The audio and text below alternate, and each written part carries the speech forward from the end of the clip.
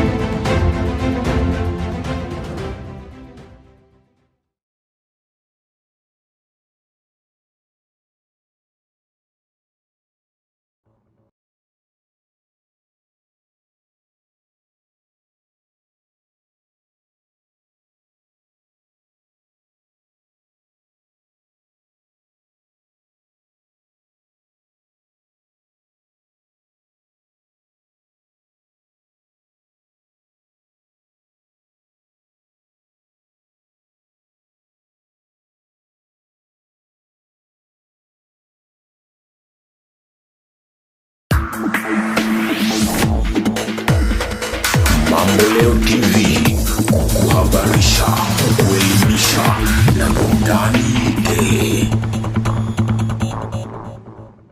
Well established. However, the current applications before the court are far from routine. These applications are imbued with political maneuvering between the applicants and the respondents. In essence, power struggles involving other constitutional organs have been brought before this court for a legal solution. As a result, this court has become the stage upon which political excesses are to be examined and resolved. Inevitably, such cases evoke intense emotions. The impeachment case of the first petitioner currently before this court exemplifies the dilemma faced by the judiciary when handling cases that straddle the line between legal and political domains. There is no doubt that many are watching to see how the court will navigate this delicate issue, one that has significant implications for the doctrine of separation of powers among the three arms of government. Answering this issue requires a brief analysis of the doctrine of separation of powers in relation to the doctrine of justiciability. French political philosopher Montesquieu first formulated the doctrine of separation of powers through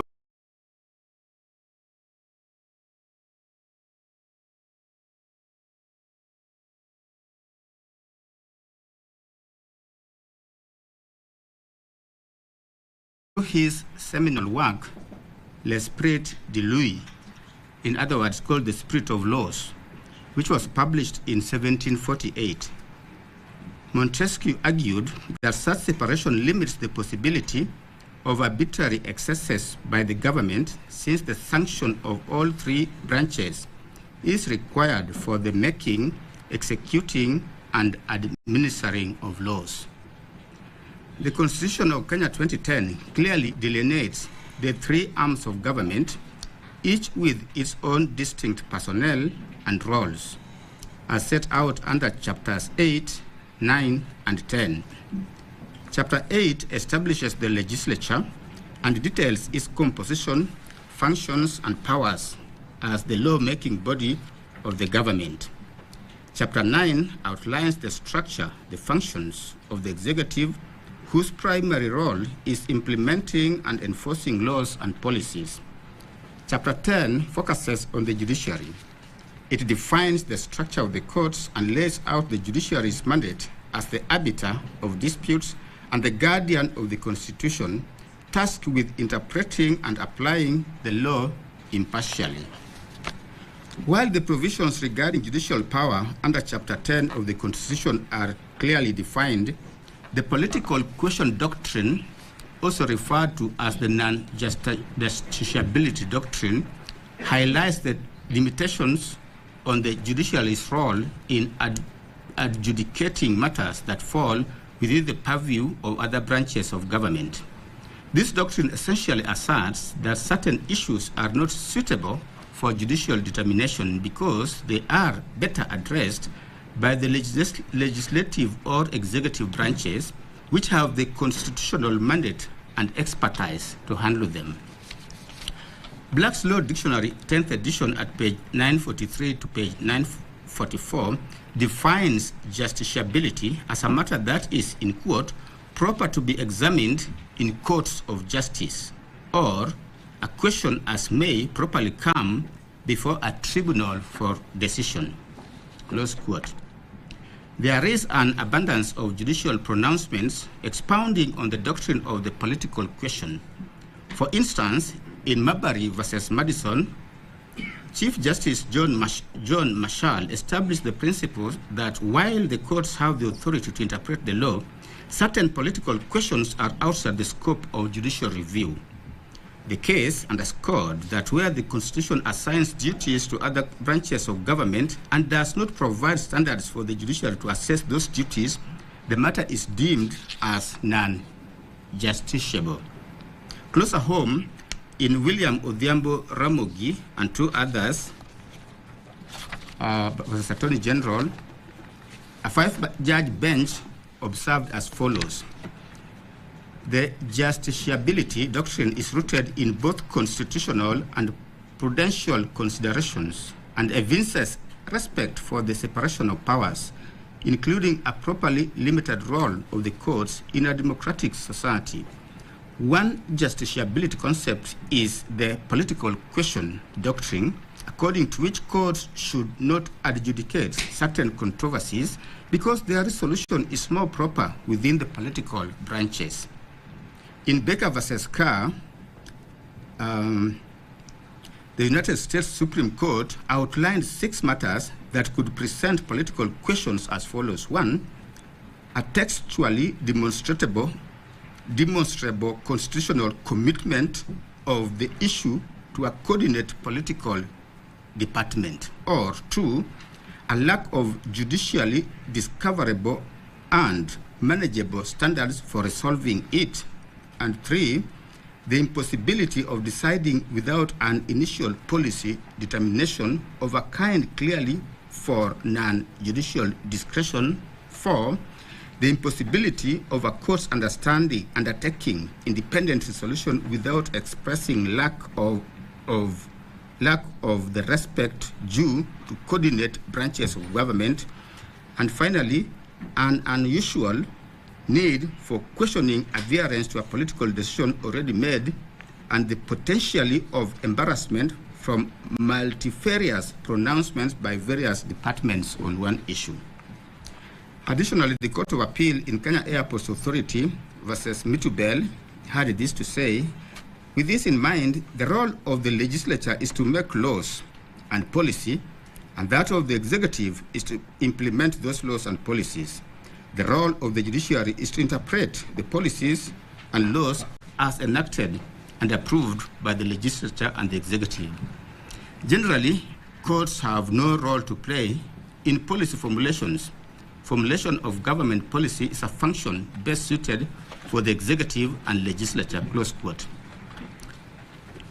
In Kiriro versus Ngugi, a 3-judge bench had this to say: a court must satisfy itself that the case before it is not caught up by the bar of non-justiciability. Firstly, the political question doctrine. Secondly, the constitutional avoidance doctrine. And thirdly, the ripeness doctrine. The doctrines are cross-cutting and closely intertwined. We shall, however, endeavor to, as far as possible, delimit the operation of each doctrine in isolation. Close quote. This bench is tasked with determining whether the issue of the impeachment of the Deputy President falls within the category of cases where the concept of non-justiciability would prevent this court from hearing and deciding the matter. The issue lies in assessing whether the political question doctrine would apply, thereby barring the court from intervening in what might be considered a matter reserved for legislative or executive branches under the Constitution. Learned counsel Dr. Thiankolu relied on the U.S. decision in Nixon versus United States to argue the case that the dispute before the court is a political question and hence non-justiciable. We have given due consideration to this decision, noting that it pertained to a dispute involving the impeachment of a Chief Justice of a federal district court in the United States. In resolving the matter, the district court held that it lacked jurisdiction to hear an appeal from the Senate regarding the impeachment of the chief judge, deeming the claim non-justiciable. In determining whether a dispute is non-justiciable, the court held that the test depends on whether, in quote, there is a textually demonstrable constitutional commitment of the issue to a coordinate political department or a lack of judicially discoverable and manageable standards for resolving it. The question to ask, in simple terms, is whether the 2010 Constitution specifically assigns the sole responsibility for resolving disputes arising from the impeachment of the Deputy President, as in our case, to another branch of government. Additionally, are there clear legal rules or standards that a court can apply to reach a fair and just decision on such matters? Within the context of the American system, and as articulated by the court, the learned judges answered the first question in the affirmative. They held that Article 1, Section 3, Clause 6 of the U.S. Constitution demonstrates a clear textual commitment of the impeachment process to the Senate. For clarity, this clause, known as the Impeachment Trial Clause, states, in quote, the Senate shall have the sole power to try all impeachments, close quote. We previously referenced the pre-2010 Constitution drafts that were brought to our attention by Dr. Thiankolu. What is evident from this text is that the people of Kenya clearly intended for the impeachment process to be a justiciable matter. This conclusion is supported by the fact that each constitutional draft contained provisions affirming this intent. This position is unsurprising when considering the historical context in which the Constitution was created. The people of Kenya sought to move beyond a past where the judiciary was often marginalized or bypassed in efforts to check governmental excesses. Instead, they envisioned a new constitutional order in which all branches of government would be held accountable and subject to comprehensive constitutional oversight. This aspiration was central to establishing a balanced system that ensured no arm of government operated beyond scrutiny. We are therefore not convinced, against a holistic reading of our Constitution, that there was any intention to deliberately place the impeachment power on the legislature with no judicial involvement. To hold otherwise would be to create an absurdity whereby the dictates of the Constitution under Articles 23, 160, and 165, 3D2 would be defeated. In our view, this decision is further distinguishable by the fact that the appointment of judges in the United States and Kenya differs significantly due to unique political structures and systems of government. Judicial appointments in the U.S. are more overtly political, with the President and Senate playing direct roles. In contrast, Kenya's system emphasizes judicial oversight through the Judicial Service Commission, which is designed to limit political influence and promote greater judicial independence. Going back to the question that we posed previously, it is clear that unlike the US position, there is no textually demonstrable constitutional commitment of the issue of impeachment solely to any political department or institution.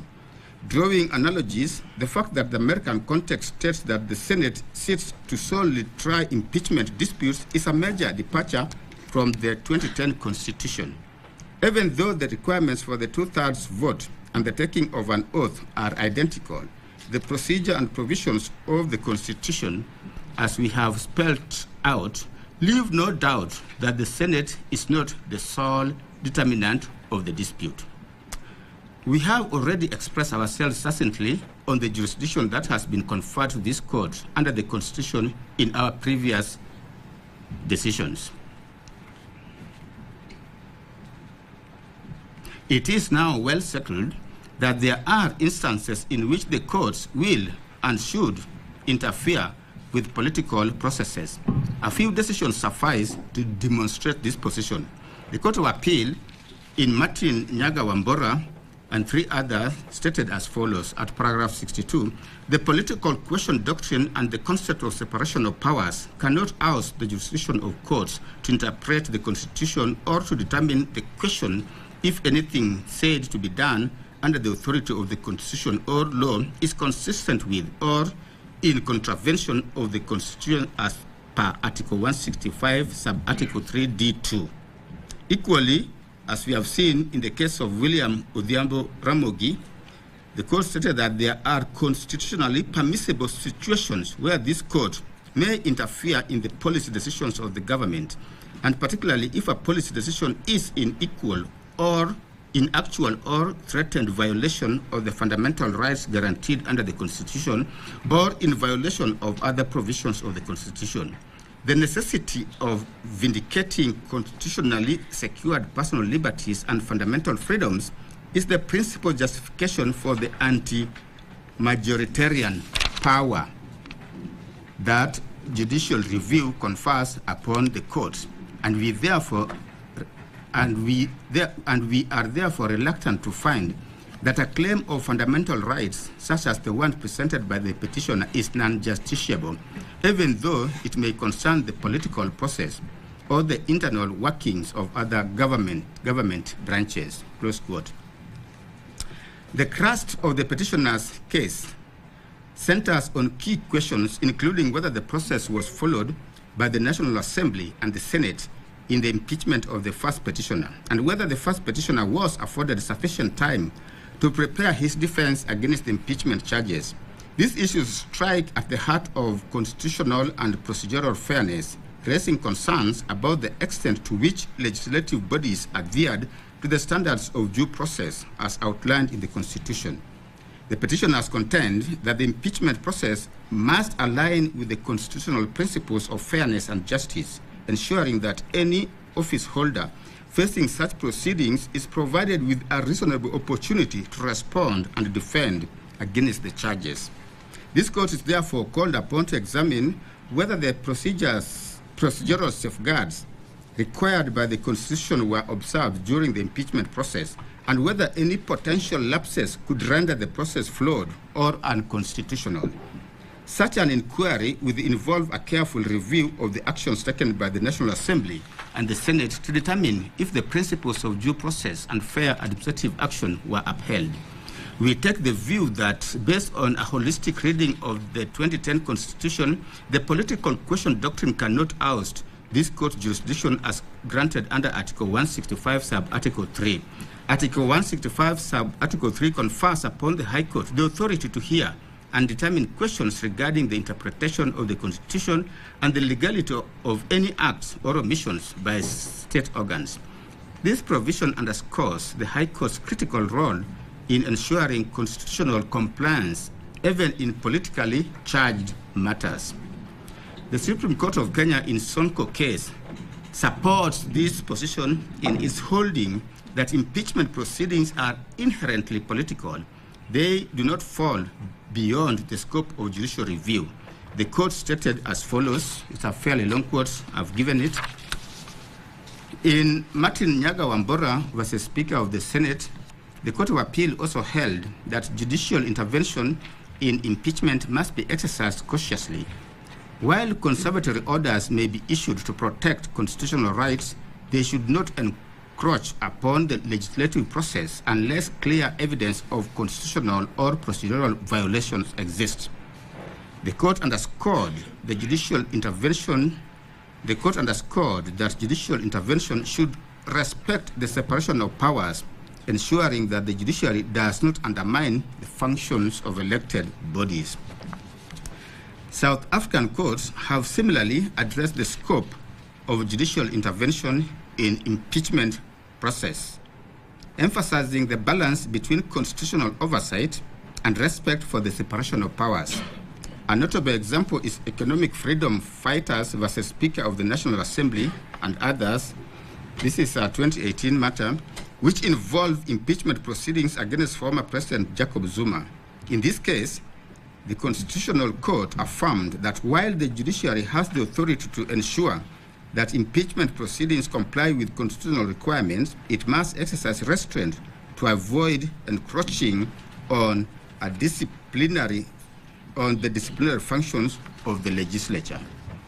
The court made it clear that judicial intervention is warranted only when necessary to correct political procedural irregularities or constitutional violations. The ruling highlighted that conservatory orders should be applied with caution to prevent unwarranted intrusion into the legislature's domain. The court had this to say, in quote, "Courts must be careful not to impose themselves in a matter that disrupts the legislative process or undermines the authority of Parliament.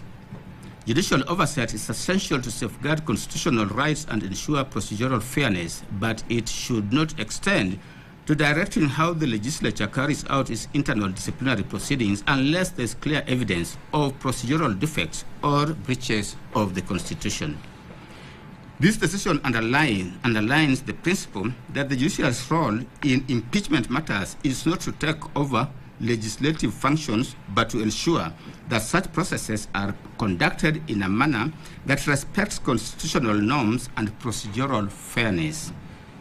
It reinforces the idea that while the doctrine of separation of powers is crucial, it does not preclude judicial oversight when fundamental constitutional principles are at risk. It is therefore our finding, based on the above, that the Constitution of Kenya has clearly delineated independent and distinct paths for the three arms of government. Accordingly, this court's intervention in the matter before it is warranted through a very narrow window that allows for oversight in cases where constitutional infractions are alleged in the impeachment process. This position is reinforced by our previous determination that the petitioners have established a prima facie case in the petitions before this court. And I will handle the third issue, that is whether the conservatory orders in place should be confirmed.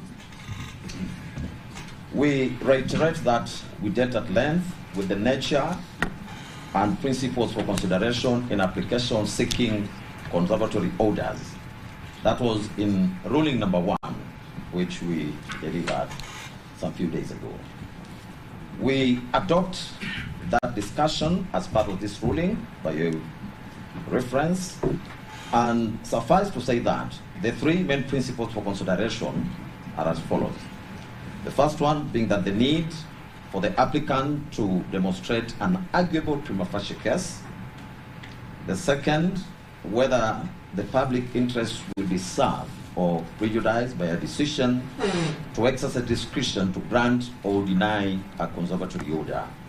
And the third is that whether, if an interim conservatory order is not granted, the petition or its substratum will be rendered nugatory. We will consider the said principles as they play out in this matter. On whether prima facie case has been demonstrated, this is a discussion which featured in ruling number 1, where we dealt with the definition and the nature of a prima facie case. We held that such is a case which, and I quote, on the material presented to court, a tribunal properly directing itself will conclude that there exists a right which has apparently been infringed by the opposite party as to call for an explanation or rebuttal from the other, end of quote. See the case of Rao versus First American Bank of Kenya Limited and two others. In the said ruling number 1, we went further and said, I quote, in sum, therefore, in determining whether a matter discloses a prima facie case, a court must look at the case as a whole. It must weigh, albeit preliminarily, the pleadings, the factual basis, the respective parties' positions, the remedies sought, and the law. In doing so, a court must be guided by Articles 22, Sub-Article 1, and Article 258, Sub-Article 1 of the Constitution, which provisions are on the right to institute court proceedings whenever a right or fundamental freedom in the Bill of Rights has been denied, violated, or infringed, or is threatened, or when the Constitution has been contravened or is threatened with contravention, end of quote. Upon being satisfied, this court, in the said ruling number 1, rendered itself as follows, I quote again. Applying the above in this matter, and without much ado, we are satisfied that the consolidated petitions raise constitutional issues that require further judicial consideration, end of quote. This court has not deviated from the above position. We reaffirm that the consolidated petitions in cohort number 1 and in cohort number 2 still raise constitutional issues requiring further judicial interrogation. The second issue is whether with public interest considerations. Black's Law Dictionary describes public interest as the general welfare of a populace considered as warranting recognition and protection, something in which the public as a whole has stake, especially in something that justifies government regulation.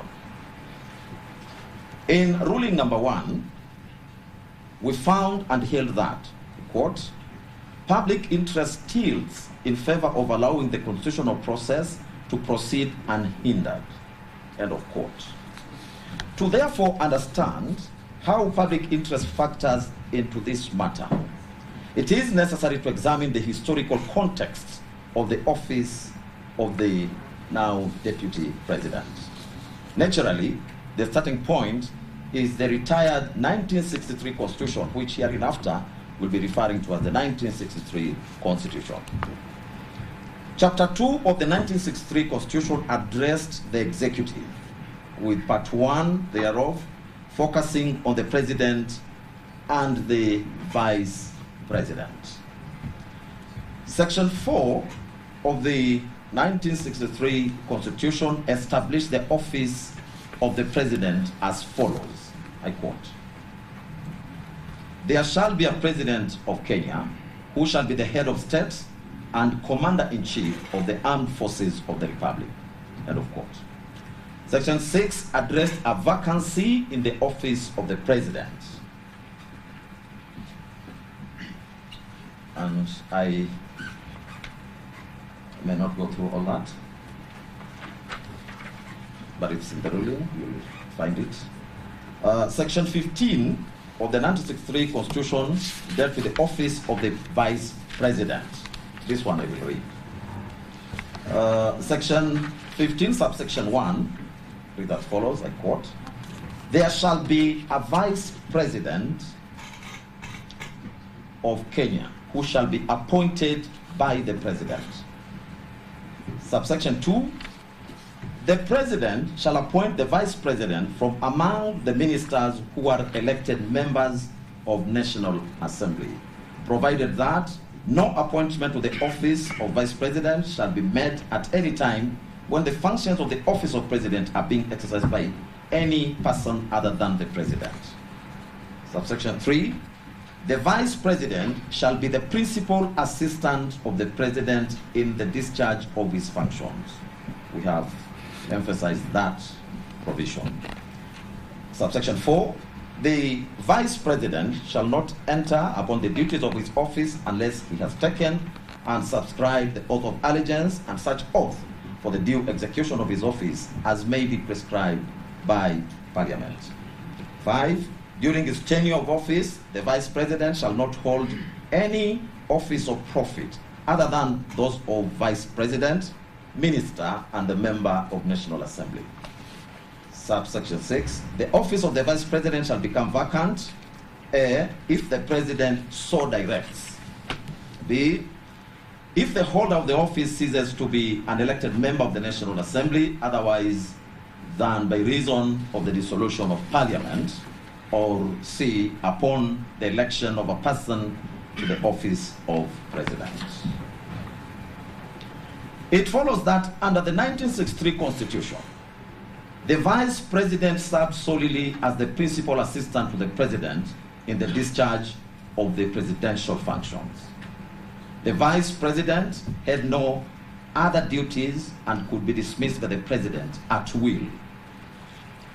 After a lengthy and others 20-year pursuit for constitutional reforms, Kenyans ultimately adopted a new constitution in August 2010, which we'll be referring to as 2010 Constitution just to distinguish it with the 1963 Constitution.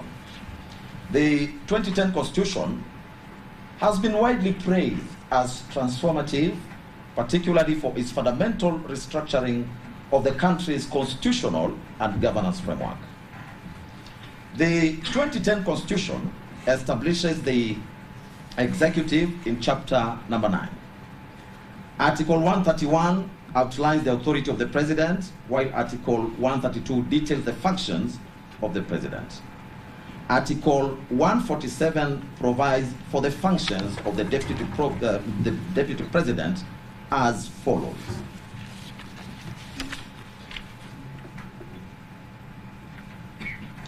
The Deputy President shall be the principal assistant of the President and shall deputize for the President in the execution of the President's functions. 2, the Deputy President shall perform the functions conferred by this Constitution. We emphasize that.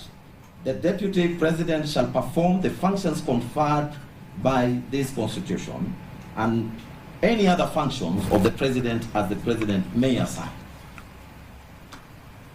Subject to Article 134, which deals with temporary incumbency, when the President is absent or is temporarily incapacitated, and during any other period that the President decides, the Deputy President shall act as the President.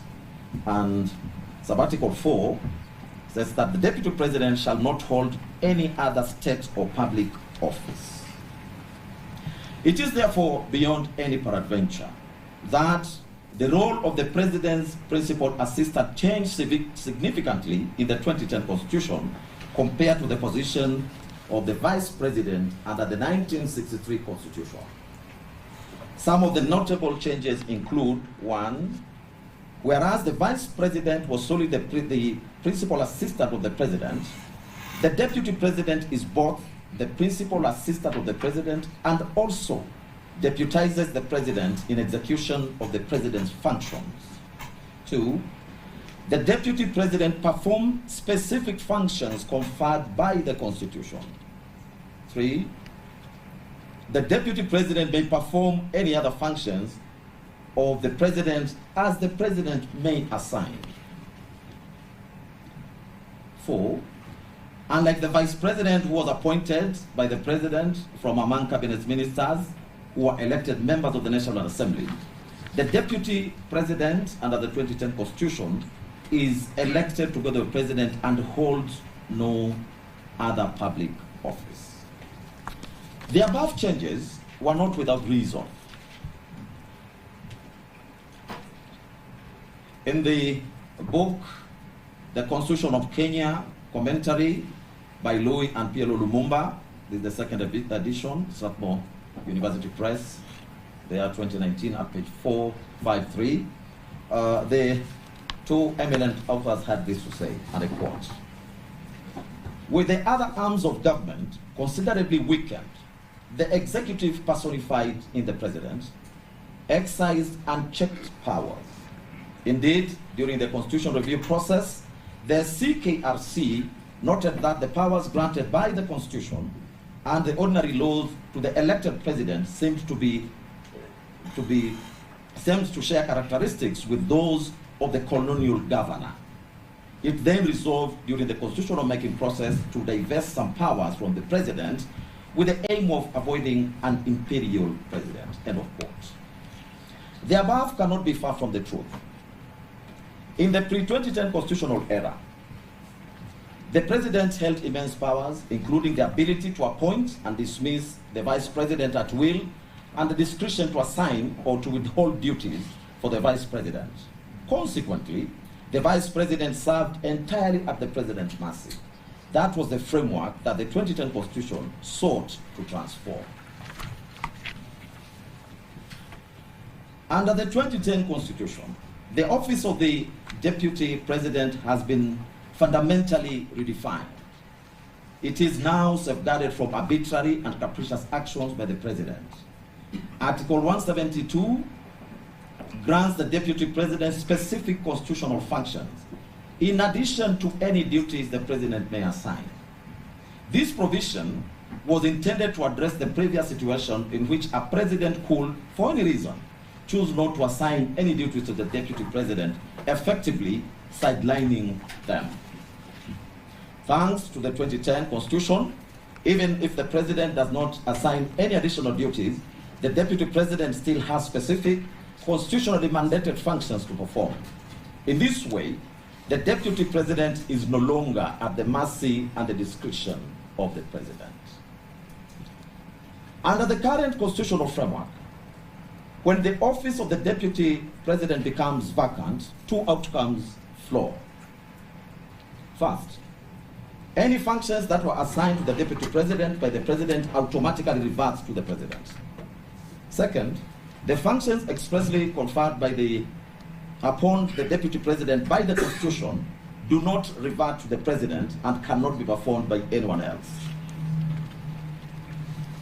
This is a departure from the 1963 Constitution, under which the President could appoint a minister to act as Vice President in the Vice President's absence. The 2010 Constitution includes no such provision. Therefore, if the office of the Deputy President is vacant, the specific constitutional functions assigned to that office remain unfulfilled. For clarity, not even the Speaker of the National Assembly may discharge the functions vested in the Deputy President under Articles 147, Subarticle 2 of the Constitution. In light of the above, we are convinced and hereby find that the current constitutional framework does not envision any scenario in which the office of the Deputy President will remain vacant, except during the brief period required to fill such a vacancy. Another equally important provision that adds credence to the above position, that the office of the Deputy President cannot be left vacant, is Article 146(3) of the 2010 Constitution. However, before we interrogate the said provision, suffice to note that Article 150, Subarticle 2 of the Constitution, which is on the removal of the Deputy President, has it that the provisions of Articles 144 and 145 relating to the removal of the President shall apply with the necessary modifications to the removal of the Deputy President. Returning back to Article 146, which article deals with the vacancy in the office of the President, sub-articles 1, 2, and 3 of that article provide as follows. These ones I'll read. Sub-article 1, the office of President, read Deputy President, shall become vacant if the holder of the office A, dies, B, resigns, in writing addressed to the Speaker of the National Assembly, or otherwise ceases to hold office, under Article 144, which deals with removal of president on grounds of incapacity, or Article 145, which deals with removal of president by impeachment, or under any other provision of the Constitution. Sub-Article 2, when a vacancy occurs in the office of president or deputy, 1, the deputy president shall assume office as a president for the remainder of the term. 2, if the office of the deputy president is vacant or the deputy president is unable to assume the office of president, the Speaker of the National Assembly shall act as president, and an election to the office of president shall be held within 60 days after the vacancy arose in the office of president. Sub-Article 3, a person who assumes the office of president under Clause 2A or following an election required by Clause 2B shall, unless otherwise removed from office under this Constitution, hold office until a newly elected president is sworn in following the next regularly scheduled election under Article 136, Sub-Article 2A. End of Sub-Article 3. Therefore, to us, a holistic reading of Article 146 alongside Article 152 of the 2010 Constitution, and in relation to the filling of a vacancy in the office of the Deputy President in this matter, yields the meaning that the person who assumes the office after the impeachment of the Deputy President shall, unless otherwise lawfully removed from this office, hold that office until further orders of this court or until the current term of the President ends, whichever comes first. The foregoing demonstrates that the structure of the Constitution, which reflects the popular will of Kenyan citizens, envisions a scenario in which the office of the Deputy President will always be filled except during the brief period of required to fill the vacancy as already stated above. Based on the foregoing, we now turn to the nature of the conservatory orders in this matter. It is widely accepted that the purpose of conservatory orders is to preserve the status quo pending further orders of this court. The Supreme Court in Gachagua, Peter Munya, and Dixon Mwenda Githinji and 2 others say as much. In this case, maintaining the status quo would mean, 1, that the first petitioner remains impeached under Article 145, sub-Article 7, which affirms the finality of the impeachment process with the following provision, I quote, if at least 2/3 of all members of Senate vote to uphold an impeachment charge, the Deputy President shall cease to hold office, end of quote. 2, additionally, the prevailing status quo will mean that the Deputy President nominee, Professor Abraham Kithure Kindiki, does not assume office.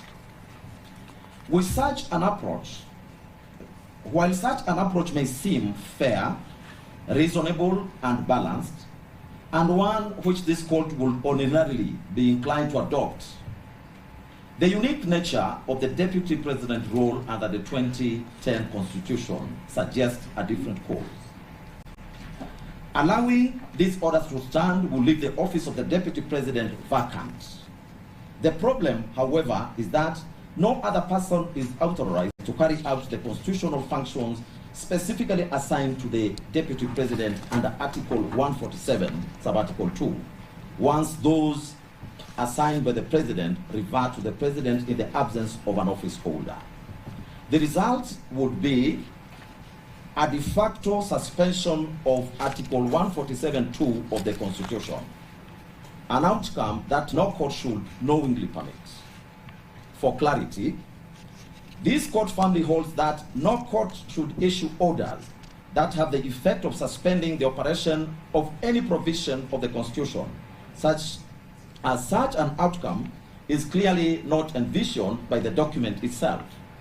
The Constitution was not handed to Kenyans on a silver platter. No, it was achieved through great struggle and sacrifice. Therefore, it is the duty of the court to uphold its provisions as intended by the framers and as demanded by the people of Kenya. Furthermore, Article 259 of the Constitution mandates that the document must be interpreted as always speaking. This means the Constitution is a living document designed to address contemporary challenges and to be applied consistently and continuously without interruption. Suspending any provision of the Constitution, even temporarily, will undermine this principle by creating gaps in its operation and disrupting the intended balance of governance. The Constitution is structured to ensure that all its provisions are effective and operative at all times. If any provision, such as Article 147, Sub-Article 2, is rendered dormant by a judicial order, it risks setting a precedent where parts of the Constitution could be selectively switched off, effectively weakening the Constitution's authority and the protections it affords. Additionally, we are mindful that courts are guided by the principle of constitutional supremacy, which requires that all judicial decisions align with the Constitution's objective and upholds its integrity. Issuing an order that suspends a constitutional provision would directly contravene this principle, effectively placing judicial discretion above the supreme law of the land. This will be inconsistent with the spirit of judicial restraint and the court's role as a protector and not a modifier of the Constitution. For these reasons, we take the position that the Constitution must remain fully operational at all times, and no court order should have the effect of rendering any part of it inoperative or dormant. The court's responsibility is to interpret and apply the Constitution as a cohesive functional document that serves the people's enduring will and protects the structure of governance as established. Drawing from the above, we hereby find and hold that public interest in this matter favors giving way to the Constitution, which in any event is the will of the people. That is also the dictate under Article 3 of the Constitution, where every person has an obligation to respect, uphold, and defend the Constitution. We choose to abide by that calling. As such, public interest demands that the office of the Deputy President should not remain vacant. Whether the consolidated petitions will be rendered obligatory in the absence of the orders. As we stated in ruling number 1, because the consolidated petitions challenge the entire impeachment process, the fundamental issues at stake remain live, even though the parliamentary proceedings have been completed. Furthermore, as previously noted, should any of these petitions succeed, this court will have no shortage of effective remedies to address the situation. The next issue is whether the applicants will be prejudiced if the orders are not granted. Regarding whether the applicants will suffer any harm if the conservatory orders are not granted, we find that no individual can suffer loss or damage when the Constitution is permitted to operate as intended. Allowing the constitutional process to unfold does not in itself result in detriment, as it upholds the rule of law and respects the framework agreed upon the people. The applicants also urge the court to grant the conservatory orders, expressing concern that the respondents have a history of disobeying court orders, and that once the office of the Deputy President is filled, it will be impossible to remove the appointee, even if the petitions were successful.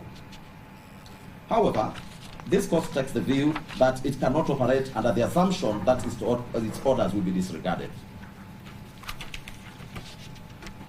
This country has legal mechanisms to address any acts of disobedience of court orders. Moreover, the Honorable Attorney General, through Senior Learned Counsel Professor Getu Mugai, has given an undertaking to comply fully with any orders which will be issued by this court in this matter. As such, we find that the applicants do not stand to suffer any prejudice in the event the conservatory orders are not granted. Disposition. As we conclude, we reiterate that this matter holds significant public interest, and we remain committed to an expeditious examination of the petitions. Therefore, we will further provide directions within this ruling. Consequently, the following orders are hereby issued. 1. The applications for conservatory orders are hereby disallowed. 2. The conservatory orders issued on 18th of October 2024 in Keregoya High Court E015/2024 are hereby discharged. and or set aside. Costs of these applications shall be incurred. We grant leave for appeal, type proceedings, and certified copies of this ruling to be availed to parties at cost or as it may be. We will mention this matter on 7th of November 2024 at 2 p.m. in the open court. This ruling shall forthwith be uploaded in the court tracking system. That is the ruling of the court.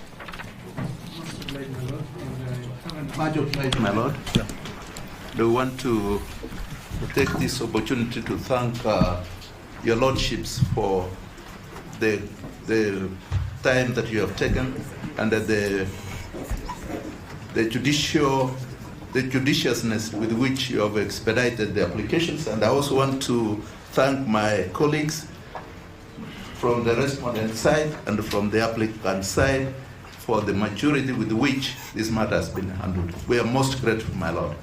Thank you. My Lord, my name is Michelle Dudley for the Deputy President, and I wish to make an application. The application I wish to make is called the Madhu Pepper Injunction. Madhu Pepper International, quite a famous case. In the common law, it's called the Erin Ford Injunction. My Lord, the Madhu Pepper Injunction operates on quite a simple premise, the premise of human fallibility. In the case of Erin Ford, where that injunction originates, Justice Megal, after dismissing an application for injunction like you have now, found still that there could be the slightest chance that he was wrong. Here, there could be the slightest chance that you're wrong. Last week, this court gave the Deputy President leave to appeal. We thank the court for that generosity. The Deputy President has appealed. He also has pending before the Court of Appeal an application for stay of these proceedings. And that application comes up on the 6th of November 2024. My Lord, operating on the premise of human fallibility, the foundation of the Erin Ford or Madhu Pepper injunction, we request you to recognize that you could be wrong. And if you're wrong, then the pending proceedings before the Court of Appeal would be rendered nugatory. To avoid that possibility, the possibility that the Deputy President's right to appeal, which you recognized and affirmed and upheld by giving him leave to appeal, even where he needed none, we ask you to issue a Madhu Pepper injunction. We do not seek an indefinite injunction. We seek an injunction until 6th of November 2024, when we are next before the Court of Appeal. Thank you, my Lord. My Lord, we also have a moment by the chair. The blackboard. Yeah. My Lords, I want to associate myself with the submissions made by my learned friend, and also state that I have listened keenly to the ruling that has been delivered by this honorable court. While we largely disagree with it and we have a right of appeal, Your Lordship, it is imperative for us to know or to assess how that office of the Deputy President will be filled. This court has affirmed its commitment to observe the rule of law and protect the Constitution as decreed under Article 3 of the Constitution. It follows, therefore, Your Lordship, my ladies, that the filling of that vacancy must flow or must follow the Constitution. And as such, Your Lordship,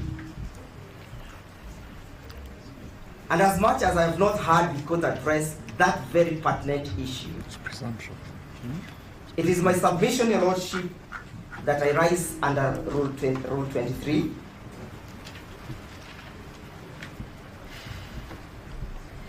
beg your pardon, Rule 23 and Rule 24 of the Mutunga Rules. And I make an application, Your Lordship, that pending the determination of this application, done under Rule 24, that this Honorable Court does issue conservatory orders suspending the swearing in of Professor Kithure Kindiki on the following grounds. Your Lordship, Article 10 of this Constitution, of the Constitution, binds this Honorable Court to observe the rule of law. Further calls upon this Honorable Court to commit itself to ensure that there is good governance done or functions are executed. My Lord, with your kind permission, It's an application. the General has referred to an application for which is seeking some orders pending, but we haven't seen any application to that regard. Yes, Your Lordship, if Mr. Kamoso was keen to read the rules, the Mutunga Rules allows me to move you informally. And subsequent to me making an application informally, the court is called upon to reduce the same into a formal application. And that, Your Lordship, I want to draw his attention to Rule 24, Sub-Rule 1. An application under Rule 23 may be made by way of notice of motion or by an informal document. Your Lordship, permit me to proceed with the grounds of my application. It is clear, Lordship, that the court... If I may, I respect my respect. Yes, I respect Mr. Njiru. He's referring to an application that is non-existent. Either is referring to E554. So I'm going to sit down.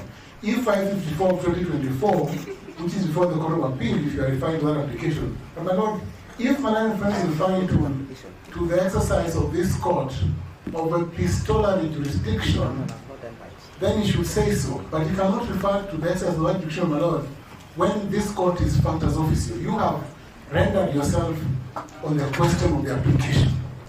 And therefore, they cannot urge an application unless they say, my Lord, number one, is either served on us, or two, my Lord, because there's already an application for stay under Section 5(2)(b) of the Adult Institutions Act before the Court of Appeal that is live and that has a date. This court would not have jurisdiction to entertain any other application for stay. They tried making an application for the Court of Appeal this morning using the same issues, my Lord, and the Court of Appeal rejected the application. They were told to serve everyone else. So, my Lord, for my friend to come here and to seek to apply for stay again, having a second bite at the cherry, is dishonest, my Lord. It's dishonest. That before the Court of Appeal. May I suggest, that could be your response to the application which will be made by Ndegwa? Yes, if there's an application. Yeah. Thank you, Your Lordship. Your Lordship, permit me to move on with my application, and I ask Professor Ojenda to have a look at the rules that I have just referred to. That, Your Lordship, you be kind enough to interrogate the circumstances under which that office shall be filled. Your Lordship, it is on record, and I invite the court to take judicial notice, that there is a clear non-existence of a crucial state organ that is supposed to oversee the processes of filling of that office in the name of the Independent Electoral and Boundary Commission. Your Lordship, the Independent and Boundary Commission is created under Article 88 of the Constitution, and the functions are created therein. One of the functions, my lords, is to maintain a voters register, is to register voters. Under Article Article 99, Your Lordship, of the Constitution, as read together with Article 137, creates the qualifications upon which the President or the Deputy President must attain if one is to hold office.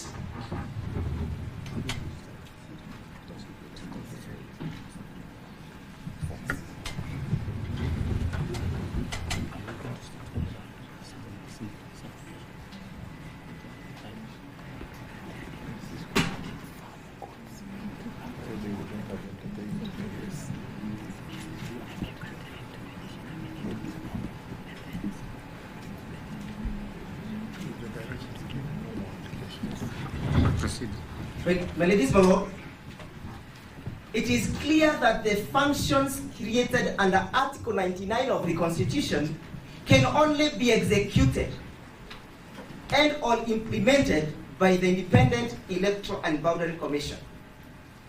It goes without saying, my ladies, my lords, that a deputy president designated or nominated must attain those qualifications.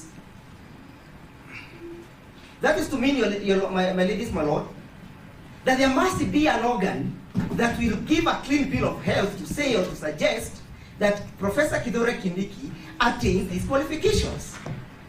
My lords, my ladies, I refer to the memorandum that was sent to the Speaker of the National Assembly by the President of the Republic of Kenya, dated the 18th of October 2024. In that memorandum, Your Lordship, the President drew the attention of the Speaker to the clearance of the designated candidate by the IBC. And this is what the President had to say.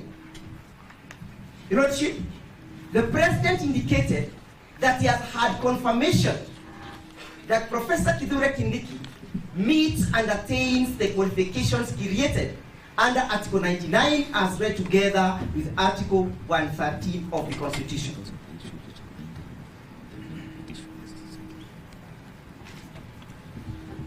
My ladies, my lords,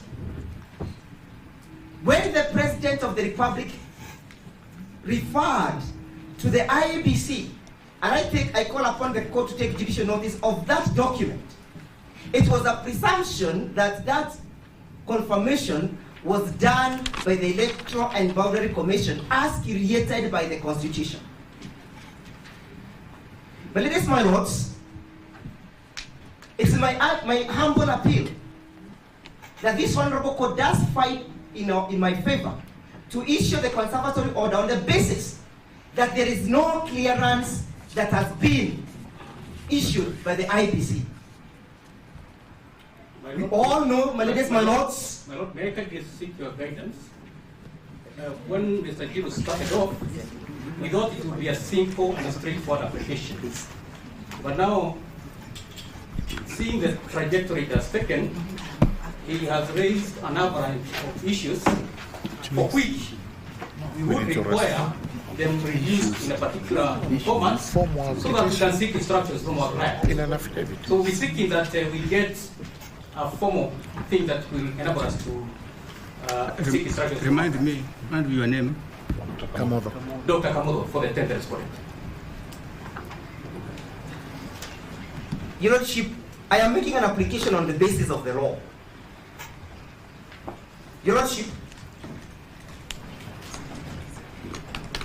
if it is not crucial for us to have an IBC to confirm whether Professor Kithure Kindiki is a registered voter, that will mean, Your Lordship, that a person can go to Mathare Hospital and designate a person to become a deputy president. The qualifications created by the Constitution have a mechanism of being established, Your Lordship. And the process of establishing those qualifications, Your Lordship, is set down and out in law. Your Lordship.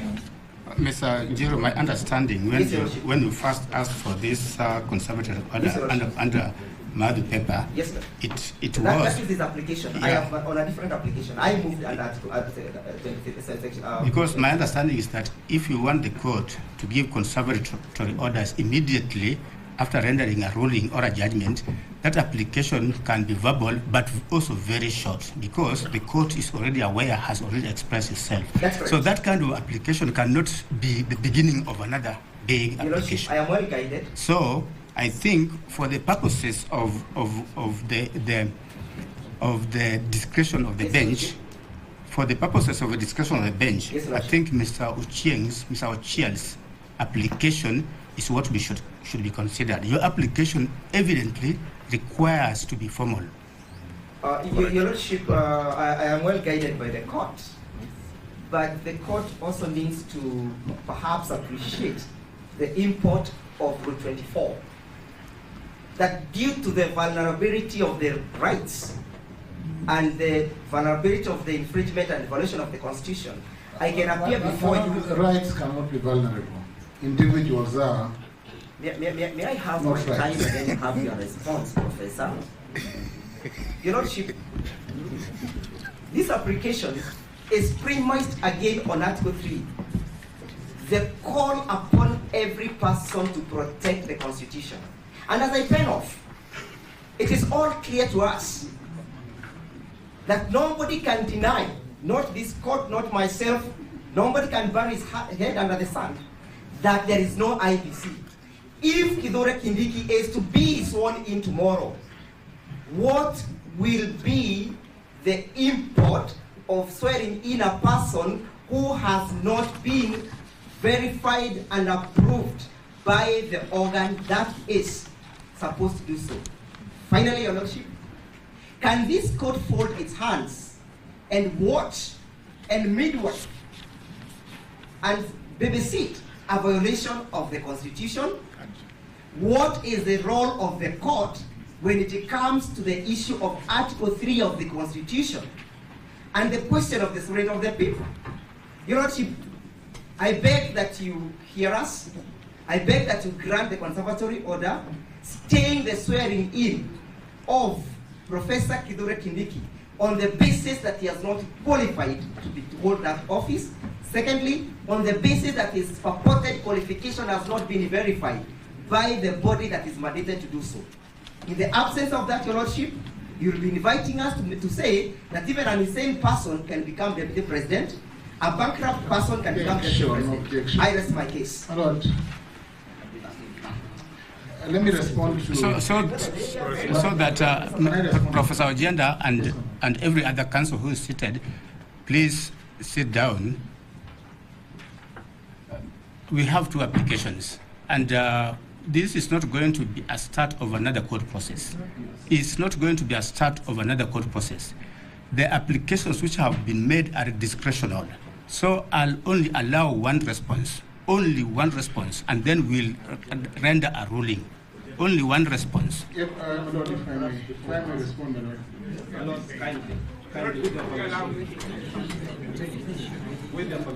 my Lord, you made a ruling. Okay. Okay, let me hear two people from this side. And two people. You're one person.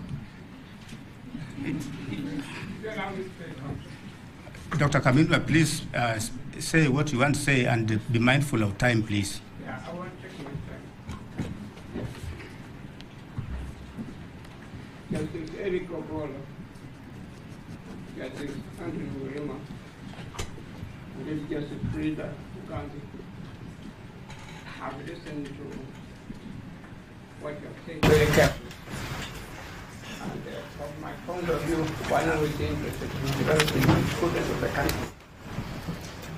You have done, you have developed. But there is one thing I would like to point out to you very first.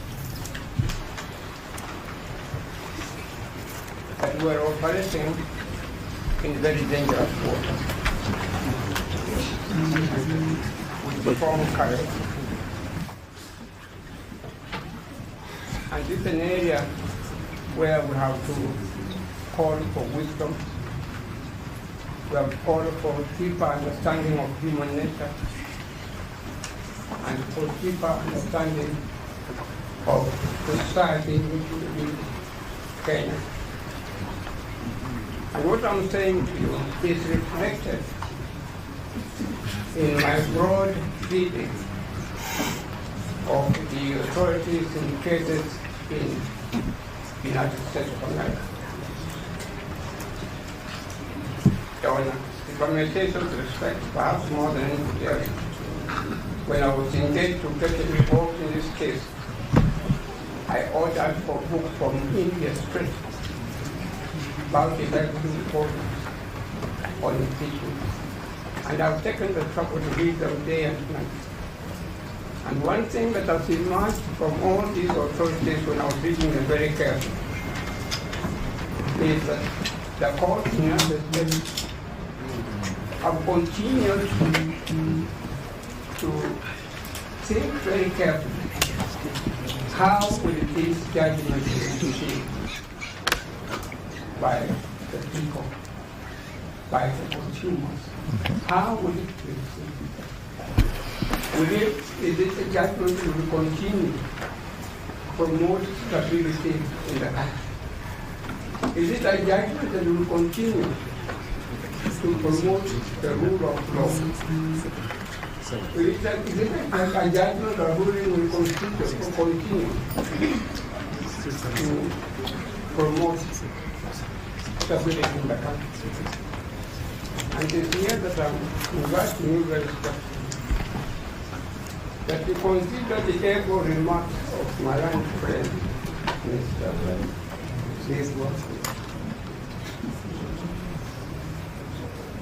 That we should not, as my friend mentioned, only it's one-sided. We should not ignore what they are saying back here. But let's go. They're finished enough. We don't want to move out of this courtroom. And then all of a sudden we are told that we are protest now. I'm not trying to... Just hold on. All that I'm saying to you... Sorry, my lords.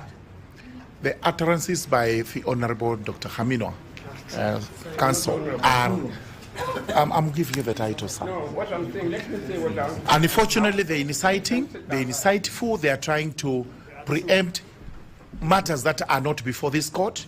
We do not know and we cannot speculate that anyone is going to be happy or unhappy about it. The sword of justice cuts both ways. There are those who are going to be happy, there are those who are going to be unhappy. That is how life is, but you cannot incite by saying from here, we will have protests, we will have what? We do not know of that. And unfortunately, my lords, I ask you to kindly restrain him from taking that route. With your kind permission, Your Honor. Sorry. We have rendered ourselves in this matter. We have rendered ourselves in this matter, and we are not going to open this matter for a further court proceeding. There are two applications before the court, one by Dadlo Chieng and one by Ndegwa. After Dr. Kamuna has spoken, we'll allow two people to respond, and then we'll make a ruling. Thank you. I thought I was to also you indicated we have two people, and I was prepared to make an application. Continue, Dr. Kamuna. You know, I'm actually, it's only one sentence. When you read the book, I have referred to authorities in America. The judges have made a finding along this line. Yes, this is the people. So and so is guilty. But we shall not go ahead to do that. We shall be held. So that's all I'm saying to you. You have come up with a very family so a ruling full of jurisprudence, and particularly my landlord, Gachagua, has come up with something which I had not thought of very much at all. But all I'm saying to you that you agree, but you still have the discretion to say that, look, we have these are our findings, but still we are going ahead to deal conservative orders for so many days or so many weeks. So you still have that discretion for the sake of the country. Thank you. My Lord, response. May I kindly? My name is Sam Meberi. I appear for the 9th petitioner in the second cohort. My Lord, I stand to make an application for stay of the orders that have been issued this afternoon relating to the application that was before you, and having keenly listened and internalized the import of that ruling or order, my Lord, we wish to move the court, much as we have that opportunity by way of the orders that were given, that we were given a right to appeal, that pending the appeal, pending the lodging of the appeal, my Lord and my Lady, you allow us that opportunity of stay so that we can ventilate our issues before the appellate court. My Lord, what informs this application is that there is an apparent risk by the fill-up of the position of the Deputy President, and in our petition we had named the Professor Kigura Kindiki as a party in the petition that we had filed for the 9th petitioners. So that, my Lord, having analyzed and internalized that, we feel that the petition, in the fullness of time when the court is going to process it, we will be dealing with an issue that perhaps will compromise the rights of the 9th petitioner who has moved the court. And, my Lord, the other issue is that there is a period within which the respondents, if they have to move, they have to fill up that position of the Deputy President. So that, my Lord, there is no any prejudice that will be occasioned to the second respondent if the orders of stay gets issued, because by close of business today, my Lord, we are going to lodge the notice, and that notice by itself acts as an appeal, and in the fullness of time we shall be processing the application before the appellate court for appropriate orders to issue. My Lord, I therefore associate myself with my colleagues on the application for stay so that we don't have the proceedings before you in the fullness of time when we come to canvass the petition to be rendered nugatory or academic. My Lord, you have the discretion, and we ask and beseech you to exercise that discretion in the favor of the 9th petition. Thank you, my Lord. My Lord, I would like to make an application under Article 1.1 directly. And my lady. My lords and my lady, we are thankful for your ruling today and the lengthy explanations and court case that has gone into it. Unfortunately, my lords and my lady, it seems that some people are being favored over us, and in this matter, it is the state or advocates. We are here acting in person, and we are entitled to the same equal protection of the law. We are here trying to defend the Constitution and our constitutional rights. I am being discriminated against as a woman, as a person with disabilities, and as a youth, my lords and my lady. We filed our application on the 8th of October 2024, and we thought that we'd be enjoined as interested parties to participate in Tuesday's proceedings, but we were not. So we did not have the time to ventilate our issues properly. My lords and my lady, we are asking you to stay your orders for 7 days, as you have told us to come back on the 7th of November, so at least we get a fair chance, a fair fighting chance as a sovereign to also ventilate our issues properly. The state cannot override us, and advocates cannot override us, my lords and my lady. This is a court for equality, and we are asking for equality. My lords and my lady, we also appreciate that the regardless side has asked for 7 days to appeal. Kindly consider us in, because there is no point in justice. It will be granted to some petitioners, and others will just be thrown under the bus and into the darkness. Thank you. My Lord, if I may respond. Can you just clarify, your application says dated the 8th of October? 8th of October 2024. It's petition E541 of 2024, who are seeking stay orders to stay the proceedings in the National Assembly based on Article 32.1, freedom of conscience, and Article 33, freedom of expression. Maybe with your kind permission. Let me clarify. Is that the matter which you are planning with Dr. Eboso? Yes, my lord. Yes. Now, if you have been following the directions of this court kindling, we have been issuing various orders on consolidation. And I can assure you, I did that. And you and Dr. Bosso are petitioners in one of the cohorts. I think it's cohort number 1. Yes, it's cohort number 1. You are petitioners in cohort number 1. And we directed everybody to get into the CTS system. And whoever has a problem, to get in touch with the deputy registrar. So it is not right, Ms. Wanjiru, to claim that you have not been enjoined in this proceedings. You have been enjoined, you are a party, and that is why we allow Dr. Bosso to address the court, even yourself. She addressed so the you are a party.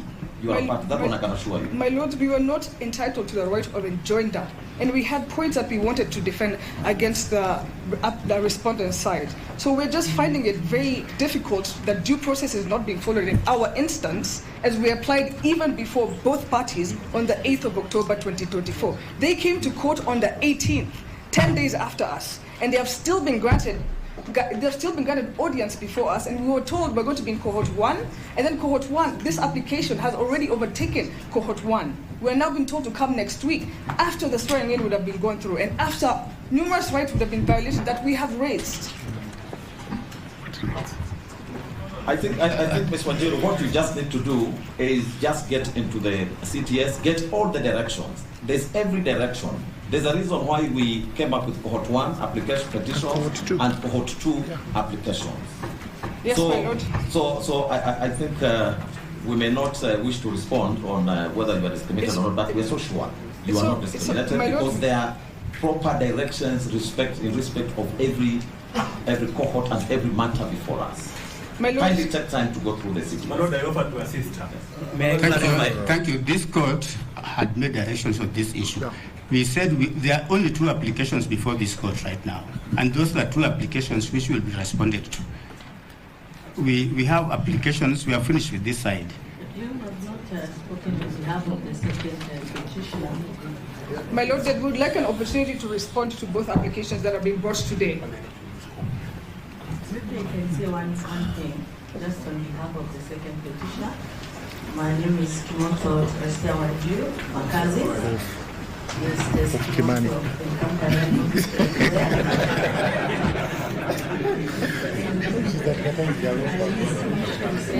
You're joking. We welcome the however, there are some bits that we feel aggrieved and we wish to appeal.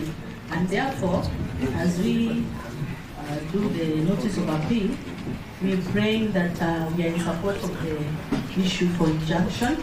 No, the issue for stay, which the court may say it's a legislative order, but we are saying pending the time we do the appeal, at least the status quo be maintained.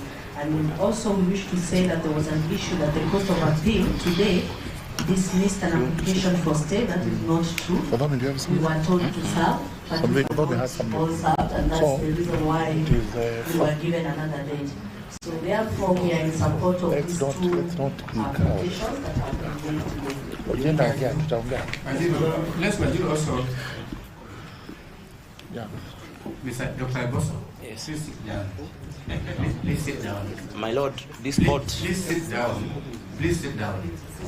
Will I be given a chance to speak? Please sit down. Give it to Wanjiku. Let her talk. Yes, my lord. As a young woman, I'm under 35, my lord. I'm actually 35. I'm a youth and I have a disability. And we're the owners, I think, on the platform that check that we have a disability, my lords and my lady. Our constitution, Article 1.1, has to count for something. Because it was intended for us to come to court directly. Please we feel affected. Support, make the application. Yes, my lord, I'm in support of the application. Most obliged. My lord, finally.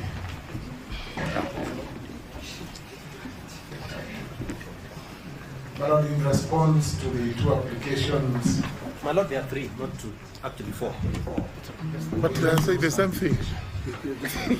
They say you had what to move. If there are two.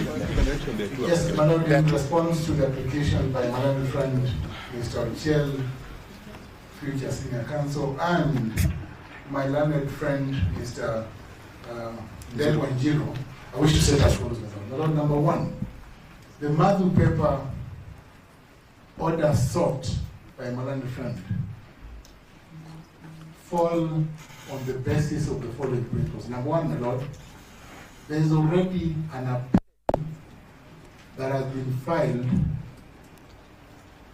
in the Court of Appeal, and an application for stay under Rule 5 to be filed, being application number 554 of 2024.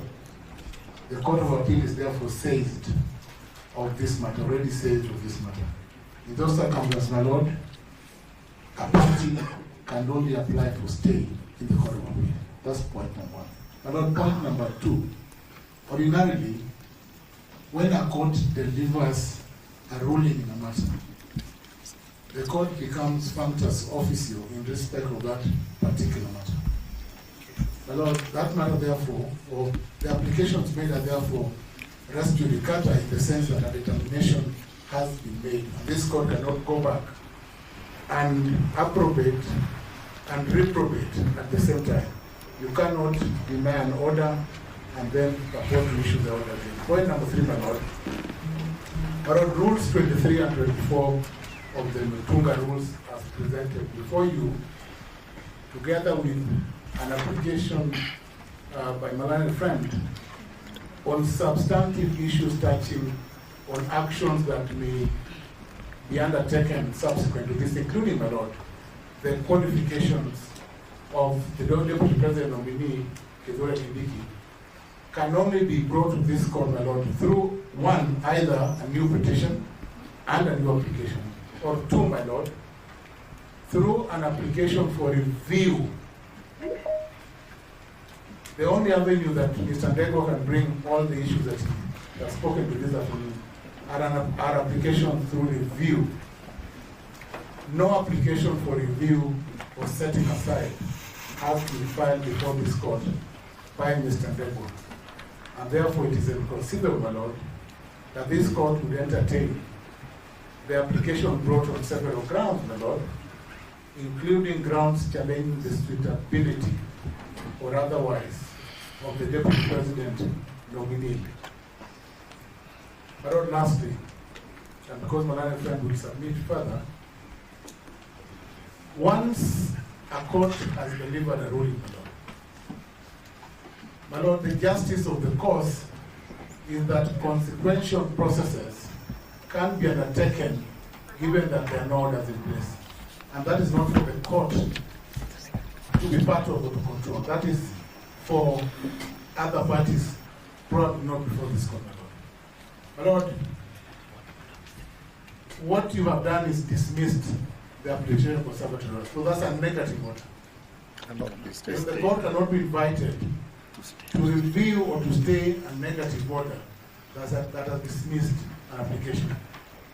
And the negative order again goes to the application by Kimodo and Company Advocates from Kerugoya,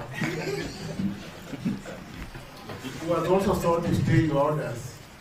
Yet, all that application had, my Lord, was for the former Deputy President to apologize, former underlined, to apologize to NIS. Surely, Kimodo, you can do better. My Lord, I invite my friend. You are protected, you are protected. Right? Mr. Kimodo and company. Yes, my Lord, my name is Mudhomi Fienkolu for the second interested party. I have listened very keenly to the two applications. Let's see what to say.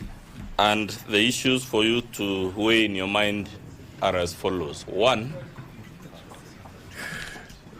if the outcome they seek through these two applications was declined by the Court of Appeal not yesterday, but today morning, can this court, being a court lower than the Court of Appeal, on the very same day be seized of an application that results in the very outcome? May I kindly bring it to your attention that counsel has a duty to this court to speak the truth. Being an officer of this court, being a doctor and a teacher of the law, he understands the duty that he has towards you and towards the law and the fidelity to the law. It is not true that an application was dismissed. It is true that parties were told to serve. So let's submit on the premises of facts and not the premises of presumptions and the intentions to mislead. It was declined. It was declined. Application for stay was declined. My Lord, I think it's an issue of semantics. I come from a community that is not an expert in the English language, but whatever you call it, the point is this. The effect of you granting either of the two applications would be to contradict a decision by the Court of Appeal today morning not to grant similar applications. Yeah. That cannot be denied in good faith. We are objecting to this. They are misleading. I was before the Court of Appeal. Another application was made. My Lord, the Court of Appeal is a court of record. I don't want to belabor this point. Let me move to my next point. The Court of Appeal is a court of record, and I'm sure the court has access to that record. Two, my Lord, it is not like Kindiki was nominated yesterday or the day before yesterday. He was nominated several days ago. If the applications now being made were made in good faith, they should have made a formal application several days ago, which would have been on record, which would have had the opportunity to respond to. You are now being invited by submissions from the bar without a formal application to grant some relief, supposedly on the ground that Kindiki is unsuitable. That cannot be proper, my Lord, especially when the nomination of Kindiki wasn't made yesterday or last night. They had notice for several days. If they have any issues with the suitability, they would have filed an application on that regard or even amended the applications we just determined, and they were granted that leave, and they didn't amend them. So surely it's an ambush for my colleagues now to stand up and start telling you Kindiki this, Kindiki that, and therefore stay, and therefore Madhu paper this and that. Two. Number three, my Lord, what you're being asked to do is to flip-flop or to behave like a pendulum. My Lord, a pendulum moves from this end to the other end, but it never leaves the two extremes, so there is what I usually call motion without movement. The court has already read a ruling to us saying that it cannot issue a conservatory order that would have the effect of suspending any provision of the Constitution. You're being invited right now to do exactly what you have just told us cannot be done, and you're told the reason you should do that is because you're human and there is a possibility you're in error. Of course, there is a possibility, my lords, you're in error, but there is a court that exists to correct errors made by this court. You're being asked to embarrass yourself to say just a few minutes ago that the conservatory order should not have issued in the first place, and then you're being invited to issue an order that would have the contrary effect. I think they are setting up the court for embarrassment. My Lord, there is a reason, there is a law which we all know because both the people in the bench and the bar are lawyers. And it is common ground that no appeal operates automatically as a stay of any decision made by any court. The reason that rule exists, my Lord, is so that whoever is desirous of an appeal can move the appropriate court, which they have done, and persuade that appropriate court to issue that stay. So they are telling you because there is a possibility you might be in error, therefore automatically, but the rule, if I understand it, is that no appeal, let alone an intention to appeal, can issue automatically. Lastly, my Lord, you have been told about a Madhu paper, a junction.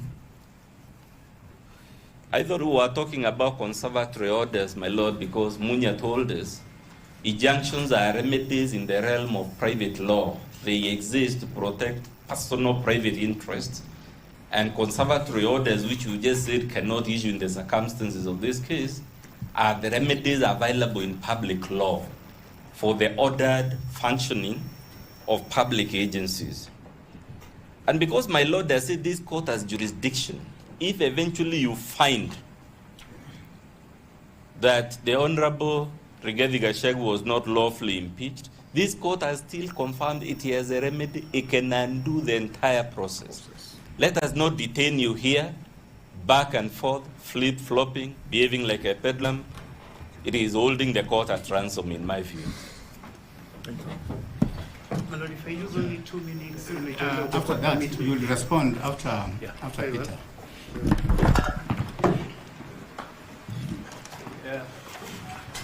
My Lord, I'll just take 2 minutes to mention something which will be in addition to our case. My Lord, Article 10 of the Constitution outlines the doctrine of rule of law. My Lord and my Lady, the doctrine of rule of law anticipates that at some point controversies in the society, especially legal controversies or controversies related to the interpretation of the Constitution, will be determined by judges.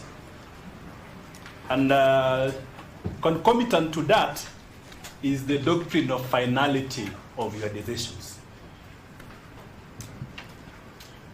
And more importantly, the public policy in terms of consistency in judicial decision making. So, my Lord, my Lady, once you've made a decision, the expectation of the public is that you will stand by that decision, unless there are exceptional reasons for you to depart from that decision. Especially immediately after you've rendered your decision, it will undermine that doctrine of finality of judicial decision making. If you immediately depart from the decision without exceptional reasons, they have not put on record exceptional decisions to warrant that immediate departure, and the public expects that your decision will be enforced. Secondly, the doctrine of rule of law again operates in a complete way.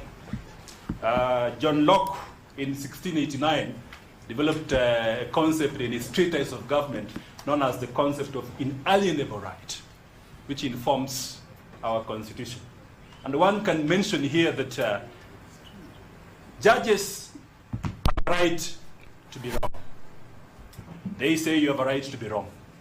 We have listened to your decision, and we believe that you are not wrong. The reason why conservatory orders cannot be continued is a heavy public interest reason of the need for the vacancy, for there to be no vacancy in the office of deputy president. And the Constitution does not anticipate that. So in conclusion, the provisions of Article 164.3, based on the way the rule of law works to model the fabric of the society, they have the right to appeal. My Lord, you have granted that right in your ruling. And from where we stand, we submit that they cannot, on this matter of immense public interest, where you've made a decision for them to seek, to make an application from the bar, to upset a decision which you have rightly pointed out is meant to fill a major constitutional gap in respect to vacancy. And lastly, the right to be heard. The right to be heard is very central. Mr. Ndegwa has made factual statements in this matter in his oral application. Again, given the immense nature of this matter in terms of public interest connotations, it is important that the respondents are given opportunity to specifically rebut the factual questions of law, the factual questions and some of the legal points that they are brought up. So in that case, if they really want to move this court, then we will submit that the proper way is to make a formal application so that we are hard on that question. Thank you. Your Lordship, the IEBC, the second application was directed at us. Everyone seems to have said something except the IEBC. And I just want to make two small points. Number one, as it relates to the application by Mr. Ochieng Dati, my friend. First, Magu paper was pre-2010 constitution. That is important for the court. It was a commercial matter relating to restitution. So it was a remedy in private law, not in public law.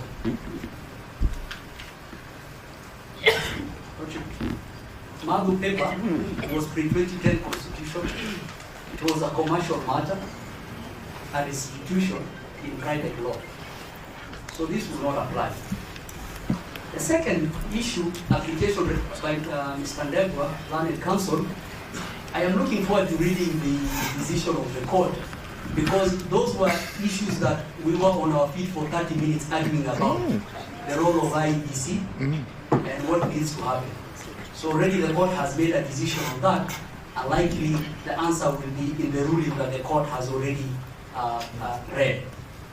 Third one, and most importantly, I want to point to the court the case of Eliud Matindi and two others versus the President of the Republic and the PSC, E084 of 2023. It is the CAS matter. And it feels almost like deja vu that Ochieng Dati is here making this point. We lost that matter in the High Court. The court made a finding that the offices of CAS were not constitutional office. We were on our feet for a long time trying to urge the court to give us a Magu paper injunction. And the court said, if the issue related to constitutional compliance or constitutional infraction, as the court has already noted, that the position of the Constitution must remain operational from the decision of this court, then that injunction will not apply. The remedy is for the parties to apply to the Court of Appeal for an appeal or a review of that decision. So those three things can clarify those two issues for the court. We think these applications are not merited, and the court and the parties should put more effort into the fight for the application. Thank you.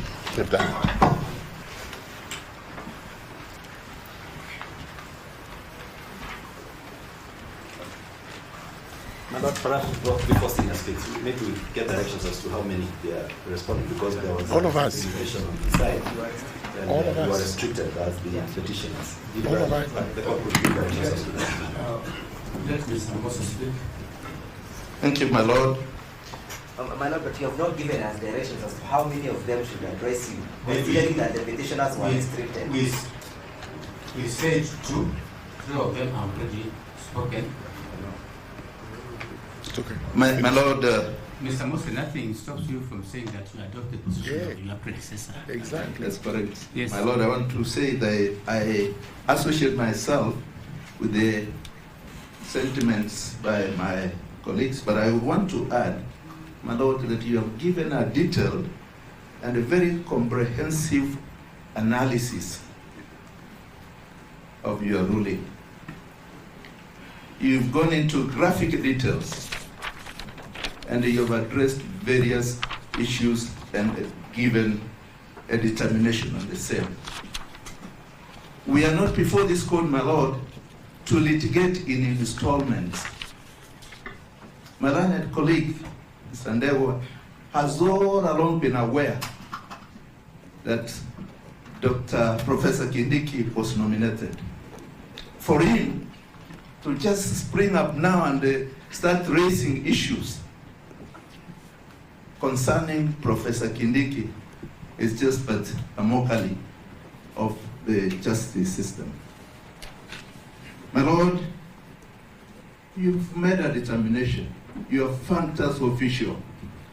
We will not want you to reopen these proceedings again. They have known the available avenues to them. Let them proceed on those avenues. I submit my law. Thank you very much. On only one point, which I actually objected to when it was being made, the point was that how would Kenyans receive the decision? I'm not so sure whether this is what these applications should be based on, because whichever way, there will be parties that will be aggrieved by the decision. There are many others that will be satisfied. Do not be misled that there would be protests, just the way I also cannot mislead you by saying there will be jubilation and celebration everywhere. The position remains, the court has rendered itself. In that decision, the court is functus, and therefore we have now to move on. Any party aggrieved knows what to do, which is either to appeal, apply for a review, variation, or whatever it is they have to apply for. If the processes that will take place after this would be contra the Constitution, every party knows what to do, and this court is still seized of the matter, and they will be coming over here for a pronunciation on what the constitutional rights are. Therefore, we should actually not be taking the route that the decision may be popular or unpopular. It's a decision of the court, and it cannot be challenged along those lines. Thank you. My Lord, honoring the court and my colleagues' time, this is my rejoinder in exactly 2 minutes. My Lord, Rule 32.2 of the Mutunga Rules allows us to make this application informally as we make it. Rule 32.2 of the Mutunga Rules allows us to make a Madu paper application as we do. It says the application can be made informally immediately after delivery of the judgment. Rule 32.2 Mutunga Rules. My Lord, this President, the Attorney General, when on the other side, has many times sought a Madu paper injunction. In the Finance Act litigation, where my friend Mr. Somane was present, Justice Majanja presiding, this court, in this rule, issued a Madu paper injunction. My Lord, on the last point, my lovely friend Mr. Ojenda sounds familiar with the Madu paper case. It's a Court of Appeal decision.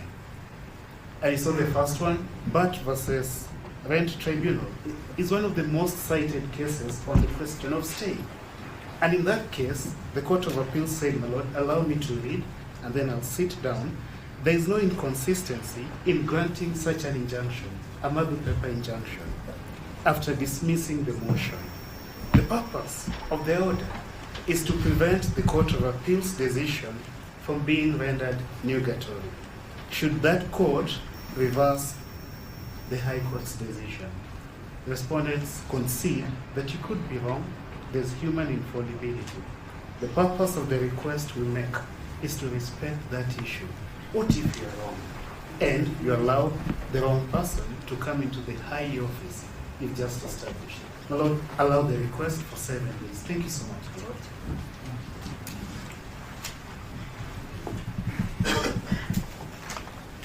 And my Lord, may I just clarify that our application is distinct. We do not seek stay, we seek an injunction. Thank you. And I'm interested, in the event, my Lord, it's allowed, can we also move you again to remove it?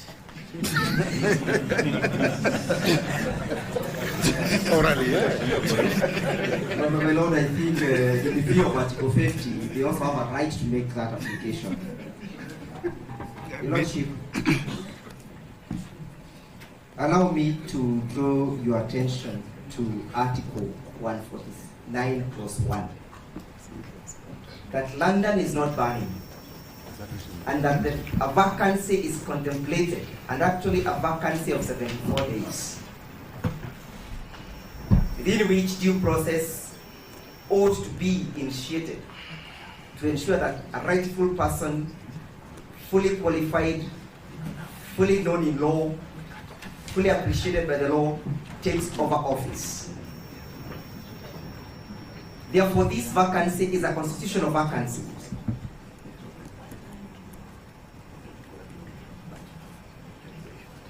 Further to that, Your Lordship, permit me to address you that this is a new application and this application has not been determined.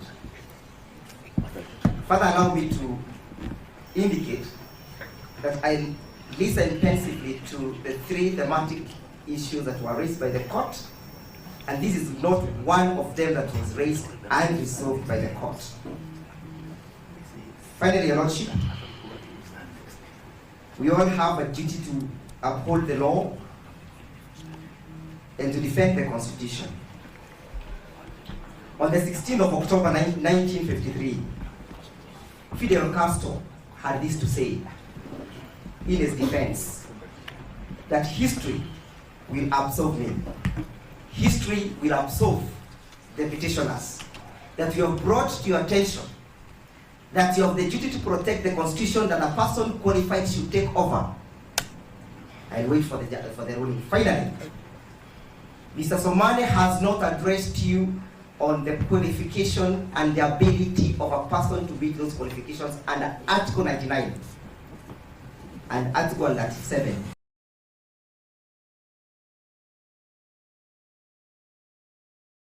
He has not even told you that they are not applicable.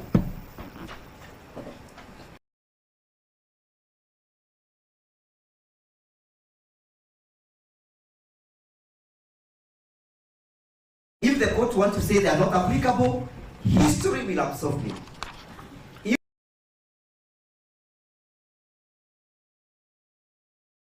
If the court wants to say that has no power to defend the Constitution, history will absolve me. If the court wants to pave way and mutilate this Constitution, history will absolve me.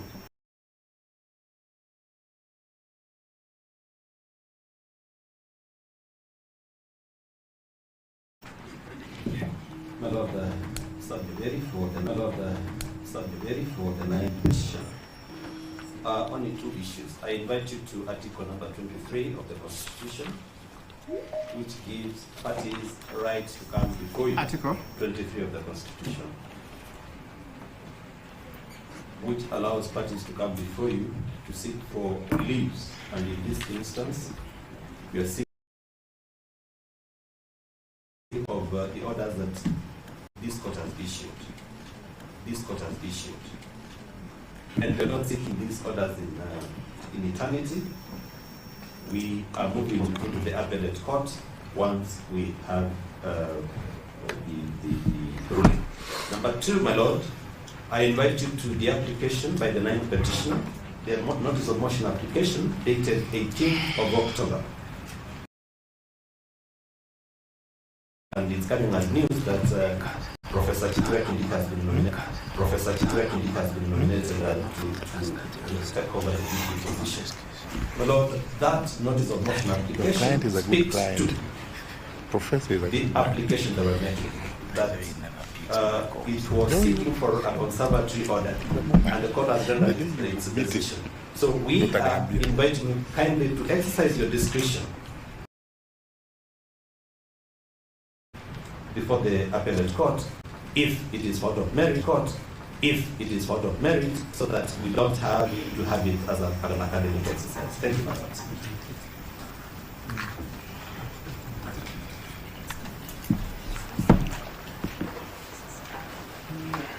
May it please the court.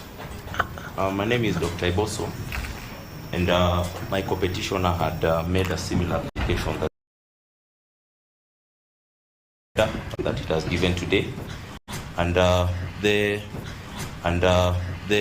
respondents have raised an issue that Professor Kindiki was nominated over a week ago, and that if we were raising this application in good faith, then we ought to have raised it earlier. I wish to refer the court to its directions, which made it clear that one, the only applications it was going to hear were the two applications that were before the court. And this was made despite protests that my co-petitioner and I have raised for the last 2 weeks, that we have applications that seek similar orders and they've not been heard. However, I also would wish to direct the court to its own directions, which directed that we file amended petitions because many of the petitions had been overtaken by time. And if you look at our petition as amended, we actually raise concern about the process of election of the deputy president designate in our amended petition, and so it is quite in substance and whatnot. Secondly, I'd like to point out that my co-petitioner pointed out that we have been feeling discriminated, and as she explained earlier, she's dyslexic, and sometimes she might rush her words, especially when she's tense. The feeling of discrimination that we've been having is that out of all the petitioners, we are the ones who have consistently for the last 2 weeks called on the court to refer to the applications that are before it, and that which touch on this and will be given adequate time to ventilate them. Yesterday, I agree we were given an opportunity to speak as interested parties, and after the respondents gave their case yesterday, I tried to catch the attention of the court and I was ordered to sit down. I wasn't rising because I don't have a right of response. I know that. I was rising because I sought the discretion of the court, specifically because there are specific 4 issues that the respondents raised against the things I had raised. And in the decision of the court today, which I have listened to, one of the issues has actually turned on that. The fact that this court believes, which I believe is wrong, that it has jurisdiction to reverse the assumption of office of the deputy president. Of course, you've given your ruling and we respect it, and we wish to appeal that ruling. However, now we are asking the court, because both the respondents and us applicants agree that we have moved the Court of Appeal, and the Court of Appeal has given a mention date. So the court is aware of that, or at least that is not disputed. We are asking the court to stay its decision today, allow us to move the Court of Appeal appropriately so that it can give the necessary orders as relates to that, even if it means correcting what we believe to be the wrong finding of the court. The idea that this court is functus officio does not arise, because the rules of the civil procedure, I'm not sure which rule exactly it is, allow any court, after giving its judgment, allows a party to ask for a stay even informally and the court to grant it. So really the issue of functus official does not arise. Thank you very much. Thank you. We will adjourn for 20 minutes. We'll be back at 5:30. 5:30.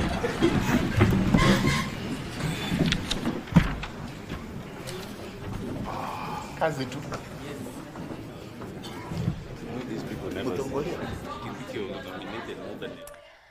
All right, that is just the court there taking a break, set to resume at 5:30 p.m. What you had there was submissions from the various advocates, and this just comes after that particular ruling by the 3-judge bench there that has now vacated the conservatory orders and sets clear path for Professor Kithure Kindiki. You did hear what the judges did say there, that the Constitution does not envision vacancy in the position of the deputy president there. Of course, various matters also did come to the fore from the various judges there.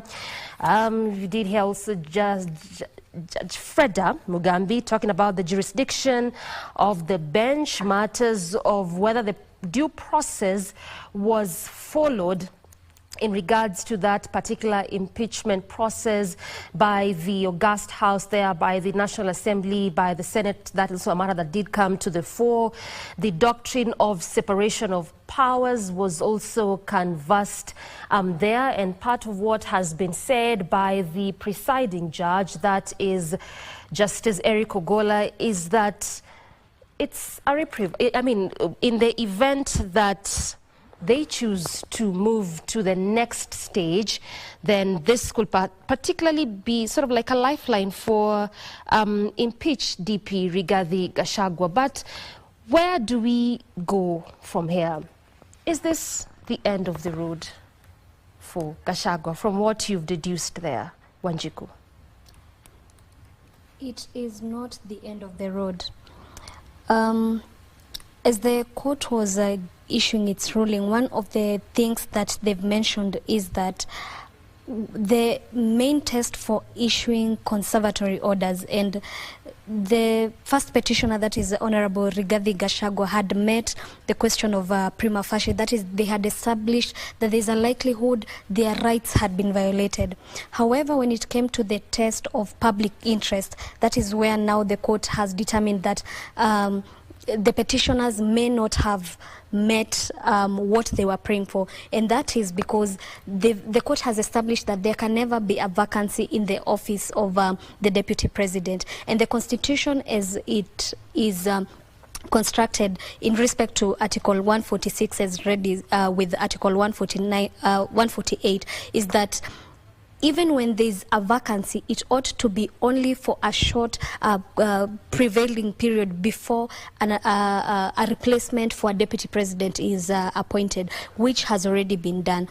And right now, as the court has taken a break, one of the other things that other petitioners are raising is that there are applications that had been made in respect to barring or having conservatory orders against the swearing in of Professor Kithure Kindiki, yes, challenging the manner in which his appointment was made. Yeah. And the petitioners feel that the court has not sufficiently addressed its mind to this question, and that is what now the court is taking a break to go and decide.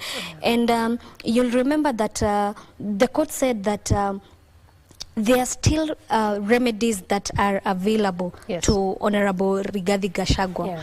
In the event that after the petition is heard, it is established that the manner in which his impeachment was done was violated the constitution, then it could be overturned and he will return back to office, and whoever his replacement is might then at this point be sent back probably home. Like what we saw with the Wajir governor's indeed, case there. Indeed. You also realize that the question of anyone to hold the position of deputy president, as was mentioned by Justice Ogola, he said that this needs to be someone who does not hold any public office. Indeed, that was one of the things that the court has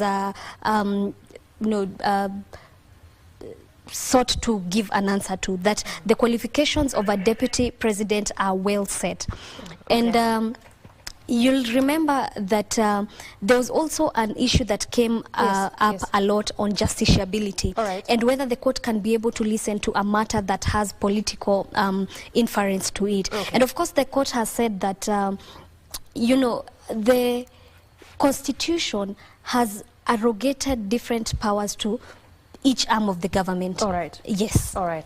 Thank you very much, Wanjiku Waithera, there, who has been holding court with me since 2 p.m. just trying to look around this particular matters. But what you're seeing there on the screen, just the advocates there, the court has taken a break, set to come back at 5:30. But even as that is happening, we head over to Senate for the day's proceedings.